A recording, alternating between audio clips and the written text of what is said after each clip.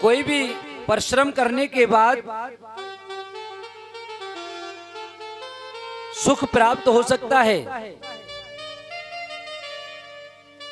और दुख भी प्राप्त हो सकता है। हम केवल कर्म कर सकते हैं, पहले से फल की इच्छा नहीं की जा सकती। हम युद्ध में लड़ने के लिए जा रहे हैं तो युद्ध का परिणाम पहले से निश्चित नहीं किया जा सकता है।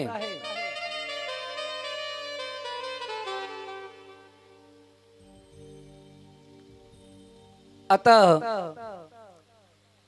आप केवल अपना कर्म कीजिए।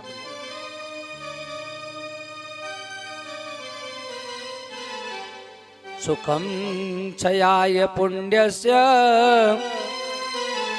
दुखम पापस्य भारिस तस्मात् तत्सुखक्षय हर्ष कर्तव्यम सर्वदा बुधे। सुख दुख इन सब का जब सुख का क्षय होता है अर्थात सुख के दिन जाते हैं तो दुख आ जाता है, और जब दुख के दिन गुजरते हैं तो सुख आ जाता है। और दुख का कारण क्या है? पाप। जब हमारे पाप उदय होते हैं तो दुख प्राप्त होता है, और जब पुण्य उदय होते हैं तो सुख की प्राप्ति होती है। इसलिए हमें अपने कर्तव्य को करते रहना चाहिए। व्यास जी महाराज कहने लगे कि हे राजन, इंद्र ने बृहस्पति से कहा कि हे गुरुदेव, मैं महिषासुर के विनाश के लिए अब युद्ध की तैयारी कर रहा हूं, क्योंकि उद्योग के बिना कोई भी कार्य पूर्ण नहीं हो सकता।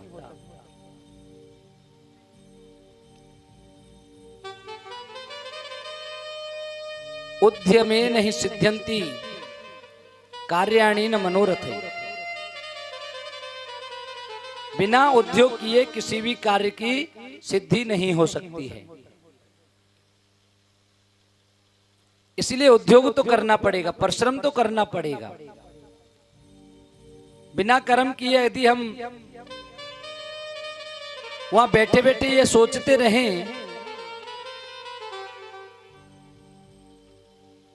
कि यहाँ बैठे बैठे हमारे पास में संपूर्ण सुख चल करके स्वयं ही आ जाएं, ये तो संभव नहीं है। कुछ परिश्रम हमें करना होगा तो निश्चित रूप से हम जिस चीज की कामना करते हैं वो हमें प्राप्त हो जाती है।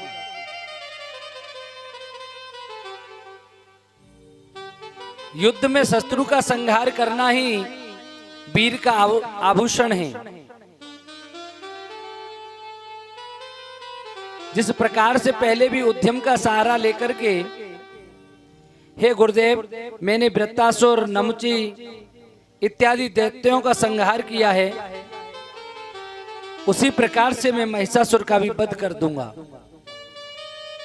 इंद्र सोच रहा है शायद मैं मार दूंगा,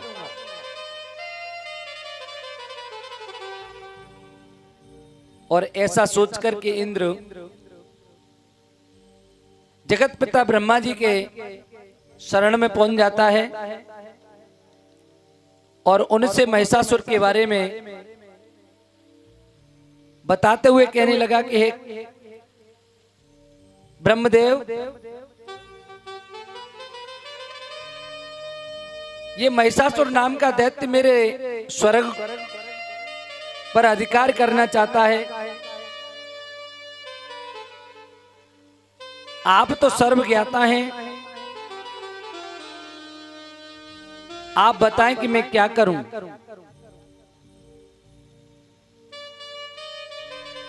अब ब्रह्मा जी इतना सुनकर के कहने लगे कि भैया ये सब मेरे बस की बात नहीं है, चलिए भगवान शंकर भगवान के पास चलते हैं। और इतना कहकर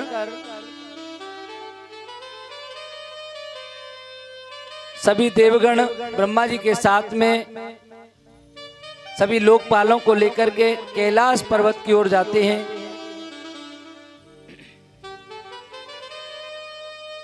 कैलाश पर्वत पर पहुंचकर के इंद्र ने वेद मंत्रों के द्वारा भगवान शंकर की स्तुति की और उसकी स्तुति से प्रसन्न होकर के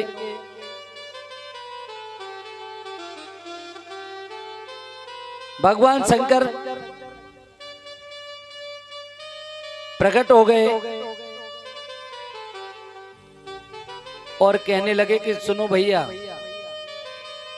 ये कार्य तो हमारे बस का भी नहीं है, पर हाँ चलो हम आपको एक ऐसी जगह ले चलते हैं जो ज्यादातर ऐसे दैत्यों का मर्दन करते हैं, जो राक्षसों को मारने वाले हैं। देवताओं को आगे करके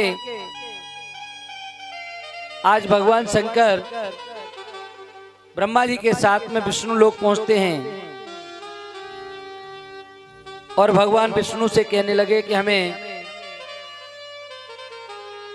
दैत्यों के साथ में युद्ध करना है। उस दुर्जय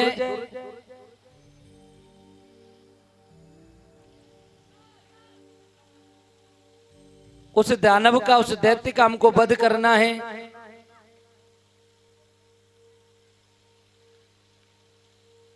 उस महिषासुर को अपने बल पर बड़ा ही घमंड है।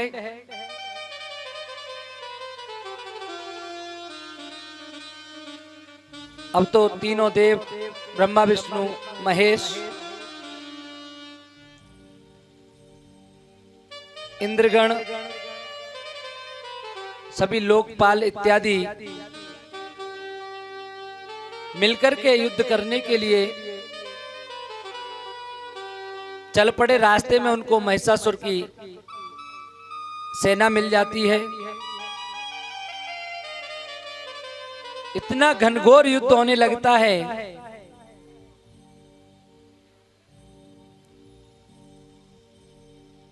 भयंकर युद्ध हुआ। इंद्र अपने वज्र से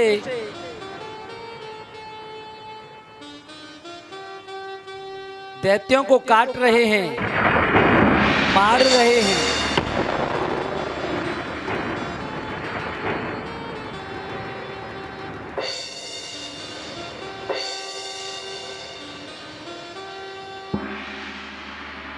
उधर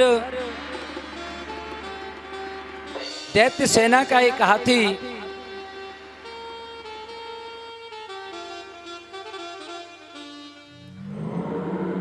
उस हाथी की सूंड में इंद्र का एक तीर जाकर के लग जाता है।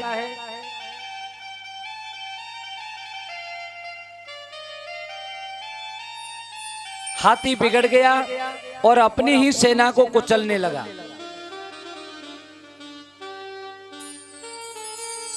तब महिषासुर ने बिडाल नाम के दैत्य को भेजा। इंद्रपुत्र जयंत ने उस बिडाल के साथ में युद्ध किया।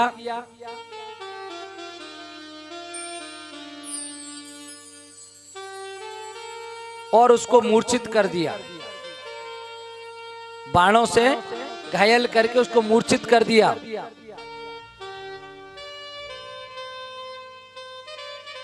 विभिन्न दैत्य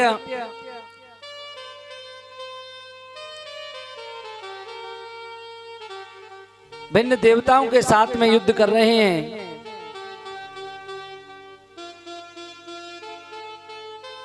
और जब महिषासुर ने देखा कि छोटे मोटे दैत्य तो छोटे मोटे देवताओं के साथ युद्ध कर रहे हैं, मुझे तो अपने लिए कोई बराबरी का युद्ध करने वाला देखना है। तब वह भगवान विष्णु और शिव के सामने आकर के उनको ललकारने लगता है। व्यास जी महाराज कहने लगे कि हे राजन, जब दानवों की सेना का सेना नायक ताम्र मूर्छित होकर के गिर पड़ा, तब महिषासुर को और भी ज्यादा क्रोध आ गया और वो विशाल गदा लेकर के देवताओं के सामने जाकर के जा टिका।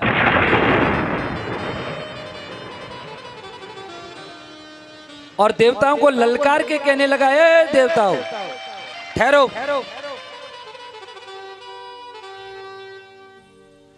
मैं अभी तुमको इस गदा के प्रहार से नष्ट कर दूंगा।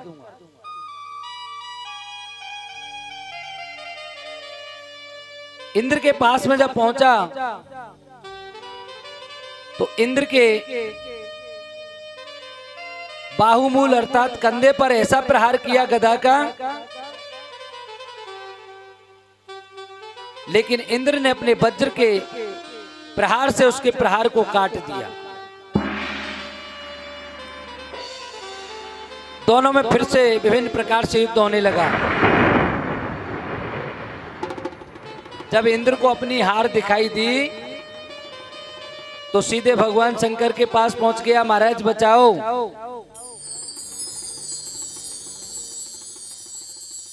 क्योंकि महिषासुर विभिन्न प्रकार के रूप बदलता है।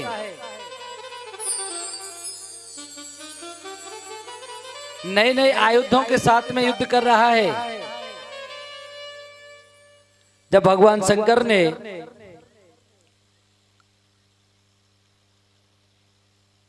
देखा कि ये मायावी नई नई मायाएं करते हुए आ रहा है, तो उस मायावी के मस्तक पर जब प्रहार किया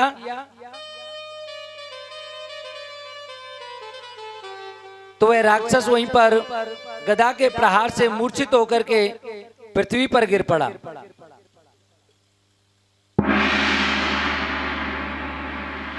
अब तो उसको मूर्छित देख करके सेना के सेनापति एक एक करके मूर्छित हो रहे हैं, कुछ मारे जा रहे हैं। महिषासुर बड़ा क्रोधित होता है और आकर के भगवान विष्णु से युद्ध करने लगता है। साथ में त्रिशूलधारी भगवान शंकर भी जब देवताओं का क्रंदन सुनते हैं,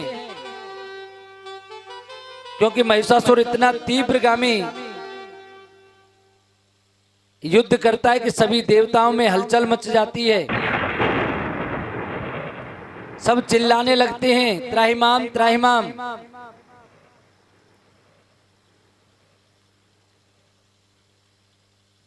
महिषासुर के साथ में जब भगवान शंकर युद्ध करते हैं और देवी भागवत में आता है कि महिषासुर एक बार के लिए भगवान विष्णु और शंकर दोनों को मूर्छित कर देता है। जब शंकर भगवान से युद्ध हो रहा है तो विष्णु भगवान की मूर्छा जगती है और मूर्छा त्याग करके जब भगवान वहां उसके सामने आते हैं और जब दोनों को एक साथ देखता है महिषासुर, ब्रह्मा विष्णु और महेश को, तो अब महेश का रूप अर्थात भैंसे का रूप धारण कर लेता है और अपनी पूंछ को हिलाता हुआ, खुरों से धरती को खोदता हुआ अपने सींगों से प्रहार करने के लिए जब भगवान पर टूट पड़ता है, उस समय उसका शरीर ऐसा लगता है जैसे पर्वत के समान बहुत विशाल है।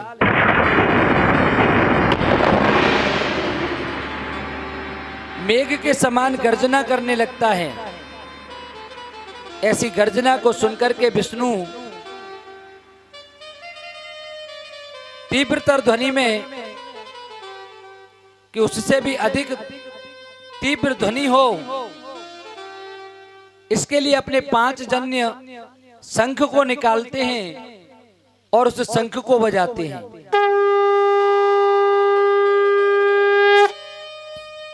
शंख की ध्वनि होने से सभी दानव भयभीत हो जाते हैं, राक्षस लोग भयभीत हो जाते हैं, ऋषिगण, तपोधन, देवता, इनमें आनंद आ जाता है, आनंद मग्न हो जाते हैं। शंख की ध्वनि एक ही है, लेकिन दोनों पर प्रहार अलग अलग हो रहा है। दैत्य सुनते हैं तो उसके मारे कांपने लगते हैं, और देवता और ऋषिगण सुनते हैं तो उनको आनंद आता है। कहते हैं ना, एक वस्तु एक व्यक्ति के लिए अमृत है, एक जीव के लिए अमृत है, तो दूसरे जीव के लिए विष बन जाती है।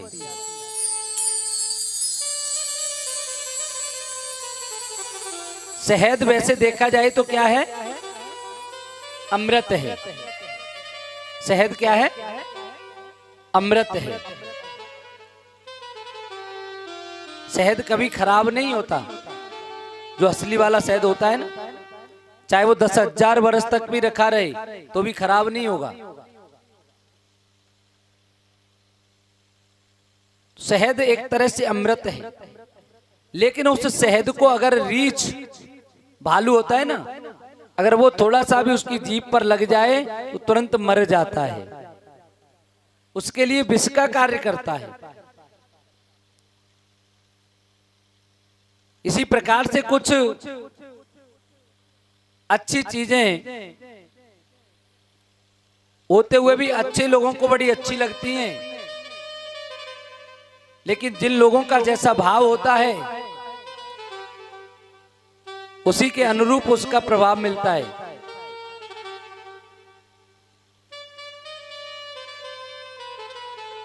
सुबह सुबह भगवान का नाम लेना शायद किसी को बुरा नहीं लग सकता। लगता है क्या? जोर से बताइए, किसी को लगता है बुरा? नहीं लगता है ना? तो आपके घर के पास में प्रतिदिन यदि माइक से प्रतिदिन राम नाम संकीर्तन किया जाए, सुबह 4:30 से लेकर 5:30 बजे तक, कितने लोग हैं जो उस संकीर्तन में आ जाएंगे? जरा हाथ खड़ा करके बताएं। कुछ तो सोचेंगे, सवेरे सवेरे नींद खराब कर देते हैं। ये प्रत्यक्ष बात है।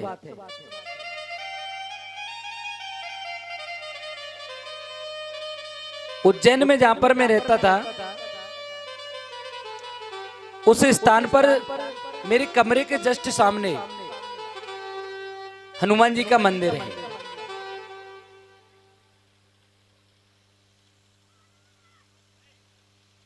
उस मंदिर पर हमने एक प्रक्रिया प्रारंभ की। पहले मंदिर बहुत छोटा सा था, धीरे धीरे लोग जुड़ते गए और सिंहस्थ समय से 2016 में सिंहस्थ लगा और 2017 में वहां पर हमने भागवत कथा का आयोजन किया।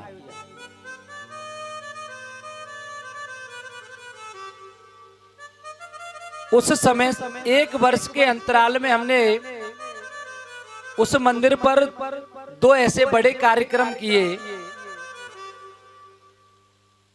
प्रथम कार्यक्रम महाशिवरात्रि के दिन हमने एक गाय के बछड़े की शादी रचाई।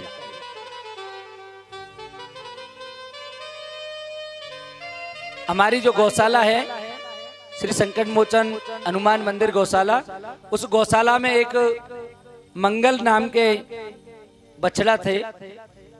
उस बछड़ा की शादी हमने पड़ोस में एक और गांव 25-30 किलोमीटर दूर वहां की गौशाला में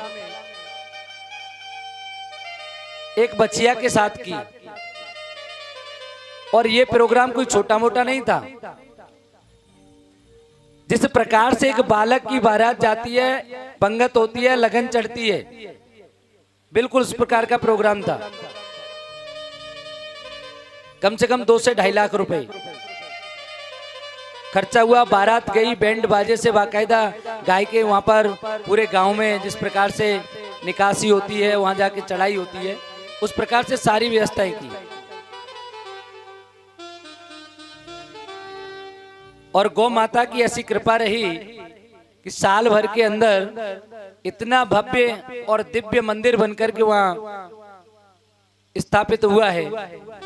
जब तक हमारी दूसरी कथा हुई 16 जून 2018 से, एक 17 में हुई और दूसरी 18 में, जब तक दूसरी कथा हुई तब तक इतना भव्य मंदिर बनकर के वहां तैयार हो गया। ये आपसी सहयोग, जुड़ाव और मंदिर में संकीर्तन का प्रभाव। रोज सुबह हम 4 बजे जग करके स्नान ध्यान करके और 4:30 बजे से हरे रामा हरे कृष्णा कैसे करते थे कीर्तन, अभी सभी लोग बताएंगे। हरे रामा हरे, तीनों को जब लगा कि महिषासुर का वध नहीं किया जा सकता, ये अवध्य है, हमारे द्वारा इसका वध नहीं होगा,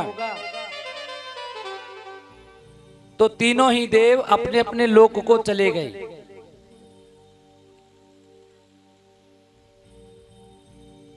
देवताओं की पराजय हुई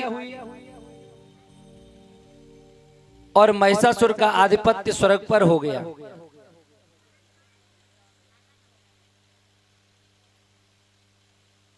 अब तो इंद्र ब्रह्मा जी के साथ में अनुनय विनय करके उनसे विष्णु लोक भगवान शंकर के पास जाते हैं।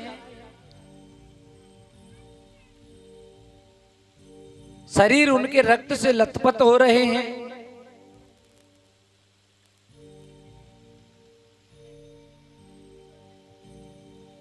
और जब भगवान शंकर, ब्रह्मा जी और इंद्र तीनों मिलकर के भगवान विष्णु के पास पहुंचते हैं,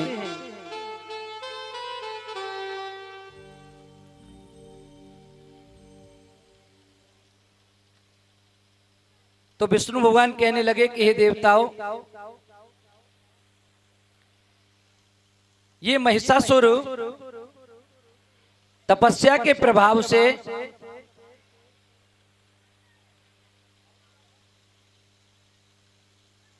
वरदान प्राप्त करके अवध्य हो गया है, अर्थात ये हमारे द्वारा इसका वध नहीं हो सकता। इसलिए हमें किसी ऐसी स्त्री का आविर्भाव करना होगा जो इसका वध कर सके।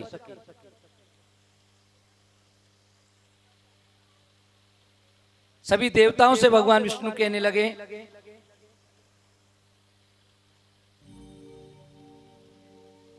कि आप सभी अपने तेज पुंज को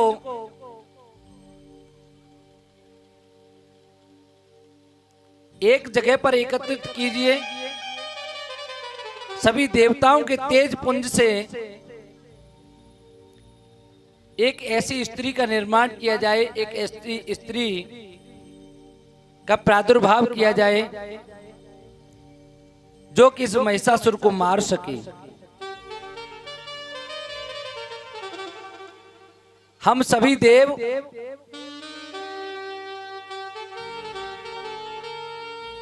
हम सभी देवता अपने अपने आयुधों को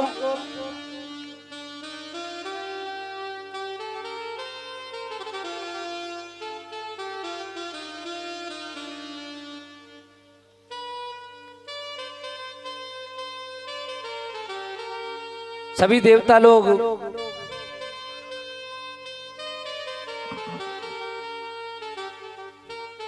एकदम से इतने क्रोधित हुए कि उनके अंदर से इतना दीदीप्तमान एक तेज पुंज निकला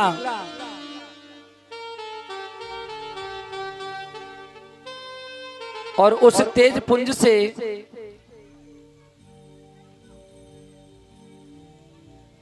उस तेज राशि से एक ऐसी शक्तिशाली, श्रेष्ठ, सुंदर, सबको विस्मित करने वाली एक स्त्री प्रकट हो गई। भगवान शंकर के तेज से उस पुंज नारी का मुख, यमराज के तेज से मां भगवती के केस, विष्णु के तेज से उनकी भुजाएं, चंद्रमा के तेज से मां के स्तन, इंद्र के तेज से कमर, वरुण के तेज से जंघाएं, पृथ्वी के तेज से मां का पिछला भाग बनकर के तैयार हुआ और ब्रह्मा जी के तेज से चरणों का निर्माण हुआ। भगवान सूर्य जिन्होंने अपनी रश्मियां, अपनी किरणें मां को दी, जिससे मां की आभा बड़ी प्रखर हुई।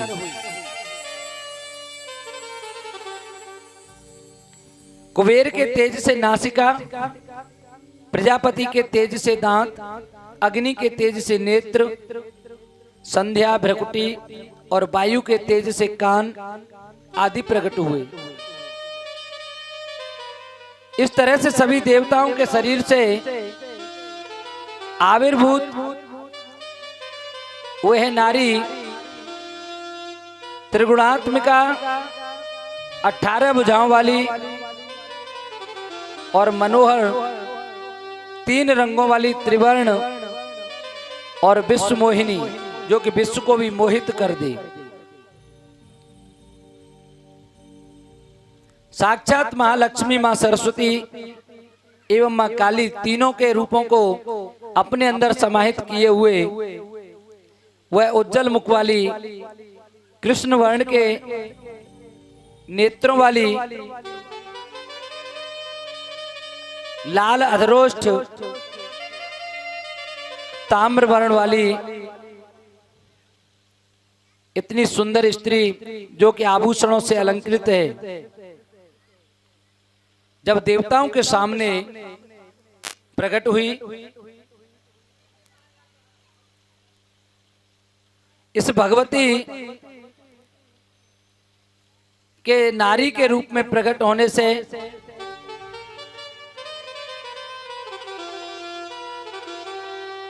सभी देवता लोग अब मां को अपने अपने आयुध देने लगे। व्यास जी महाराज कहने लगे कि हे राजन,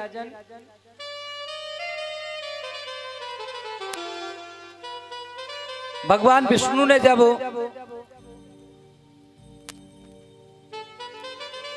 देवताओं से कहा कि हे देवताओं, इस आदि शक्ति को आप सभी अपने अपने आयुध अर्थात अपने अपने हथियार प्रदान करें,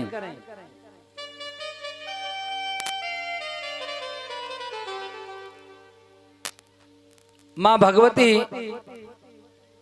देवताओं के आभूषणों को, आयुधों को पाकर के ऐसे विभूषित हो गई जो कभी जीर्ण शीर्ण न हो सके। उनके कानों में बहुत ही सुंदर कुंडल पड़े हुए हैं, हाथों में कड़े, अर्धचंद्र बाजूबंद, नूपुर, गले की हंसली, रत्न जड़ित अंगूठियां, इतने आभूषण मैया को प्रदान किए गए। हमारी माता बहनाएं भी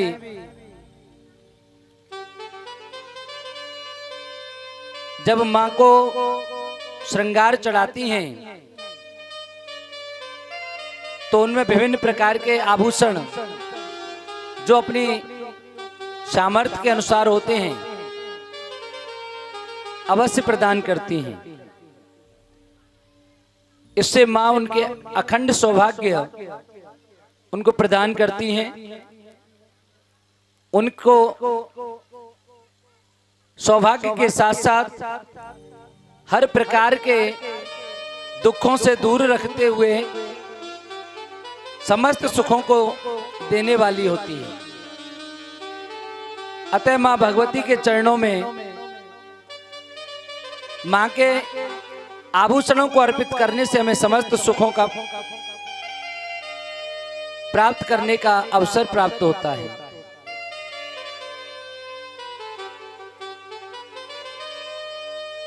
विश्वकर्मा ने मां अंबे को अपना फरसा और कवच दे दिया, सुंदर कमलों की माला पहनाई।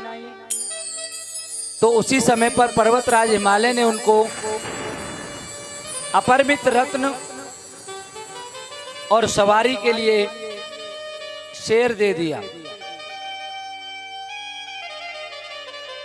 सभी लक्षणों से संपन्न सुंदर रूप वाली कल्याणमयी श्रेष्ठ भगवती दिव्य आभूषणों से विभूषित होकर के सिंह पर आरूढ़ होकर अर्थात सिंह पर बैठ करके हजारों आरों वाला तेज संपन्न दैत्यों के सिर को काट लेने के लिए ऐसा चक्र जो उनके हाथ में घूम रहा है, भगवान विष्णु ने उनको चक्र प्रदान किया। शंकर भगवान ने अपना त्रिशूल प्रदान किया। वरुण देव ने शंख उत्पन्न करके एक ऐसा शंख दिया जो कि मंगलमय और अत्यंत उज्जवल और तीव्र ध्वनि करने वाला था। पवन देव ने उन भगवती को बाणों से भरा हुआ एक तरकस प्रदान किया, धनुष दिया गया। और देवराज इंद्र ने वज्र से उत्पन्न एक बहुत ही भयंकर दूसरा वज्र और ऐरावत हाथी से उतार करके उनको दिया। जो घंटा हाथी के गले में लटका हुआ होता है वह ऐरावत हाथी का घंटा मैया को दिया गया।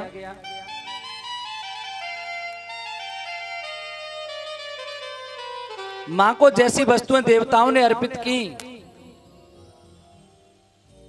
उसी प्रकार से हम भी अपनी सामर्थ्य के अनुसार यदि मां को किसी प्रकार की कोई प्रिय वस्तु जो मां को प्रिय है वह अर्पित करते हैं तो निश्चित रूप से मां हमारे धन धान्य को सुख संपत्ति को देने वाली है।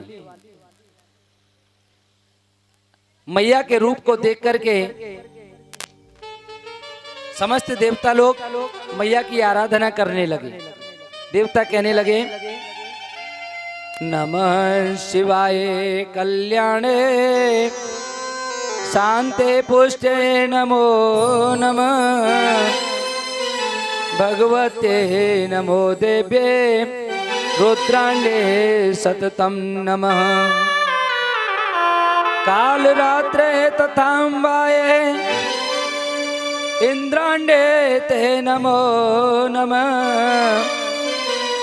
सिद्धे बोधे तथा वृद्धे वैष्णव्ये ते नमो नमः। सभी लोग कहने लगे कि हे शिवे, हे कल्याणी, हे शांति और पुष्टि के देने वाली, हम आप सभी आपको नमस्कार करते हैं, बारंबार आपको नमस्कार करते हैं। आप सिद्धि और वैष्णवी हैं, हम बार बार आपको नमस्कार करते हैं। और कहने लगे, पृथिव्याम या स्थिरता पृथिव्या न ज्ञाता पृथ्वी च या अंत स्थिता यमयति वंदे तामीश्वरीं परां मायायां या स्थिता ज्ञाता मायया न च तामजाम् अंत स्थिता प्रेरयति तेरी अत्रि नमः शिवाय। कल्याणं कुरु भो माता स्त्राहि न शस्त्रुता पितां। जय पापं हयारिं त्वं तेजसा स्वेन मोहिताम्। हे माँ, हम सभी जो शत्रुओं से सताए हुए हैं, हम सभी देवताओं की आप रक्षा करें। आप अपने तेज से महिषासुर को मोहित करके किसी भी प्रकार से उसको मार डालिए। महिषासुर बड़ा ही खल है, बहुत भयानक मायावी है और वो केवल स्त्री के हाथों से ही मर सकता है। खलम मायाविनम घोरम स्त्री वध्यम वरदर्पितम दुखदम सर्वदेवानां नाना रूपधरम सठम। वह 60 भिन्न प्रकार के रूपों को धारण करने वाला है, देवताओं को दुख देने वाला है और स्त्री के द्वारा उसका वध हो सकता है।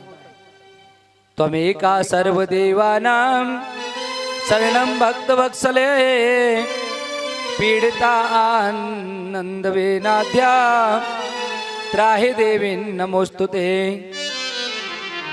हे मां, हम सभी देवता लोग आपकी शरण में हैं, हम सभी आपकी वंदना करते हैं, आपकी शरण में हैं। हे मां, आप हमारा कल्याण कीजिए। उस अत्यंत दुर्धर राक्षस को आप निश्चित रूप से मार डालेंगे, ऐसी हमें अभिलाषा है।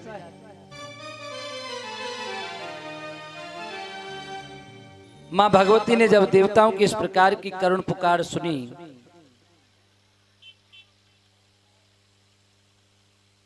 मां कहने लगी कि हे देवताओं, ब्रह्मा विष्णु महेश इंद्र आदि आप सभी महिषासुर से भयभीत होकर के इस प्रकार से कांप रहे हो। मैं इस सृष्टि की रचना करने वाली, पालन करने वाली और संहार करने वाली हूं।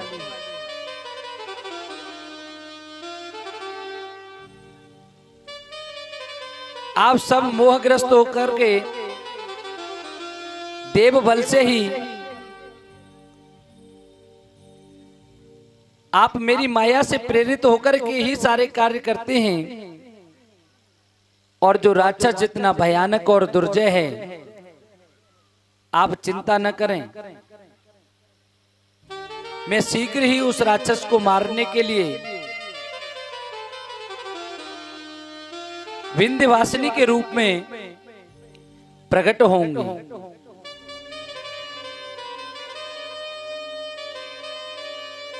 मां भगवती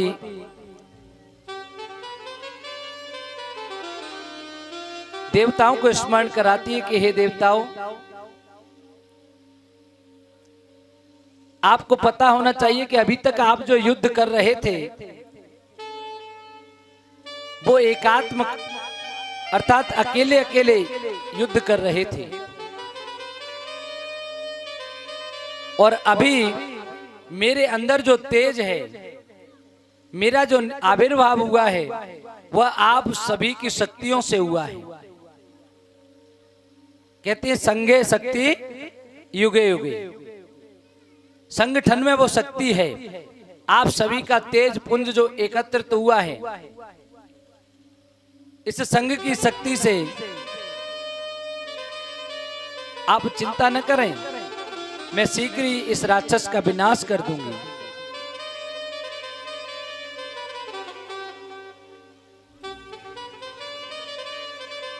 मां कहने लगी कि एक चित्रग्रीव नाम का जो कपोत है, उसकी कथा में इस प्रकार के तथ्य आते हैं। एक बार कपोतराज अर्थात वह कबूतर जिसका नाम चित्तग्रीव है, सब परिवार आकाश मार्ग से उड़ता हुआ देशांतर अर्थात एक देश से दूसरे देश में जा रहा था।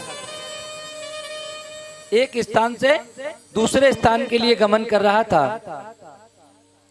वन के मार्ग में एक शिकारी ने जाल बिछा रखा था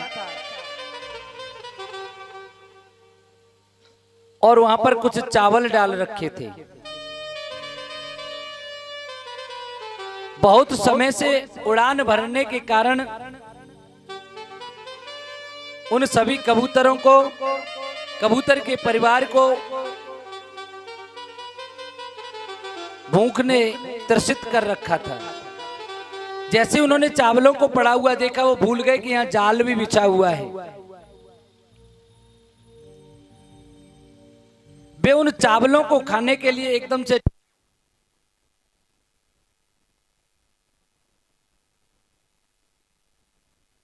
रानी मेरे साथ है, फिर डरने की क्या बात है। इसके रानी मेरे साथ है, फिर डरने की क्या बात है। हो इसके रहते कोई कुछ कहे, बोलो किसकी ये औकात है। इसके रहते हुए कुछ कहे, इसकी ये औकात है।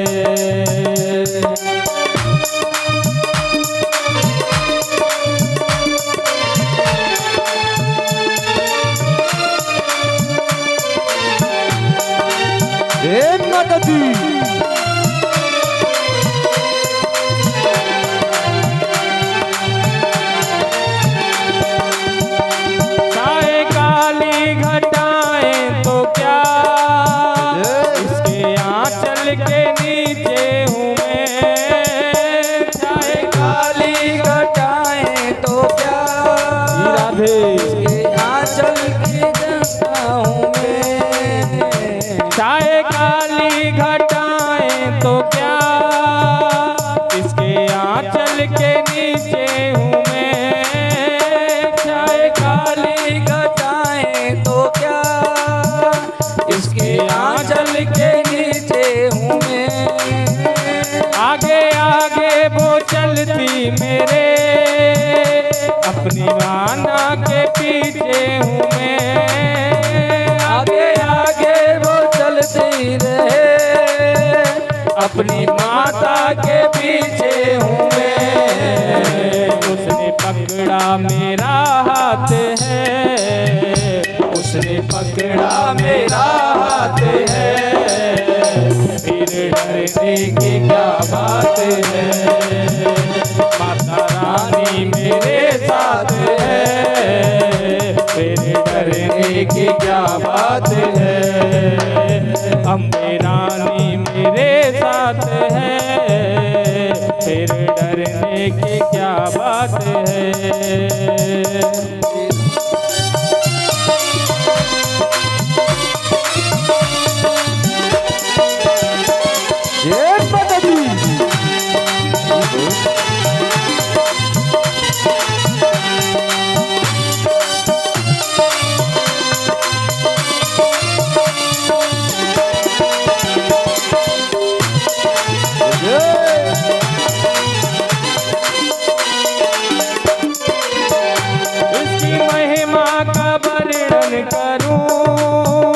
मेरी बाड़ी में वो दम नहीं, उसकी महिमा का वर्णन करूं। मेरी बाड़ी में वो दम नहीं, इसकी महिमा का वर्णन करूं। मेरी बाड़ी में वो दम नहीं, इसकी महिमा का वर्णन करूं। मेरी बाड़ी में वो दम नहीं। जब से इसका सहारा मिला, फिर सताए कोई गम नहीं। जब से इसका सहारा मिला,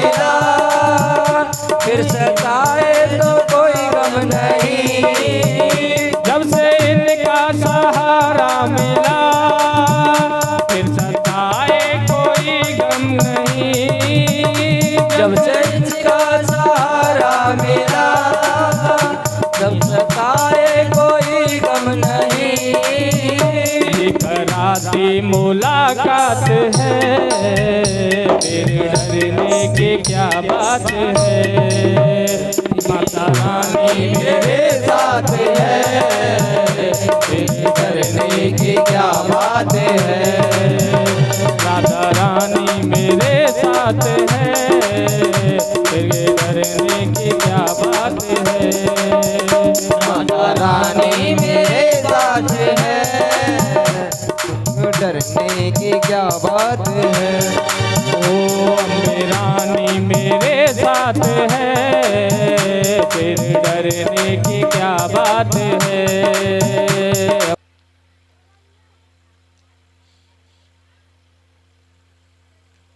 ब्रह्मा विष्णु महेश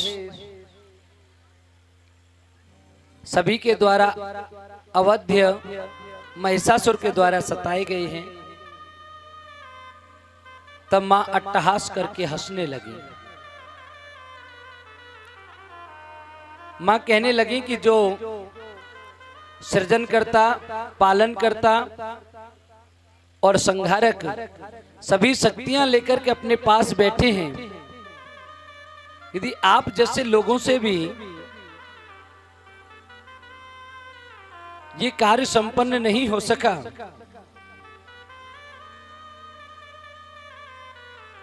इसलिए आपने मेरा आह्वान किया। और जब मां ने अट्टहास किया तो पृथ्वी कांपने लगी, पर्वत शिखर हिलने लगे और दानव भयभीत हो गए। जब मां के अट्टहास के ये शब्द, ये गर्जना